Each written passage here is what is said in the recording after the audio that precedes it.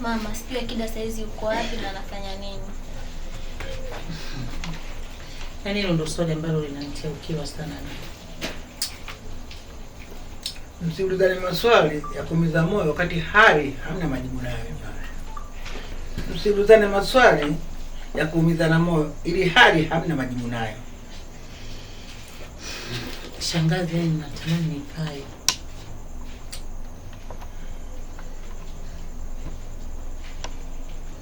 Nimekuletea chetezo hichi na ubani, sikusema nitakufanya dua usiku huu. Ndiyo.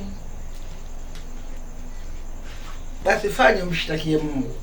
Acha kusononeka mwanangu. Sawa shangazi. Babako ameshakuaga? Ameniaga. Nimemfurahia. Mwacha aende akaanze mwanzo wake upya. Ingawaje mwanzo wake yote hapo kwetu sisi.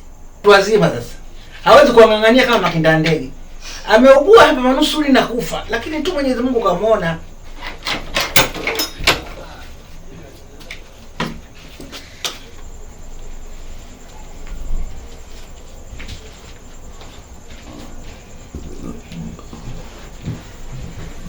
Tabu mdogo wangu. Umekuja kuniona?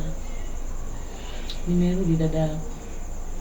Nasikitika nimerudi kabla sijakufanyia chochote.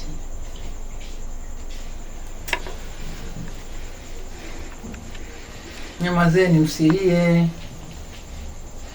Yaani mtoto ananiuma sana. Na sijui kwa nini yani tumechelewaga kuwagundua watu wanaotupenda. Badala yake yani tunakumbatia watu ambao hawana mapenzi hata na sisi. Msilie jamani Hao ndio binadamu mwanangu.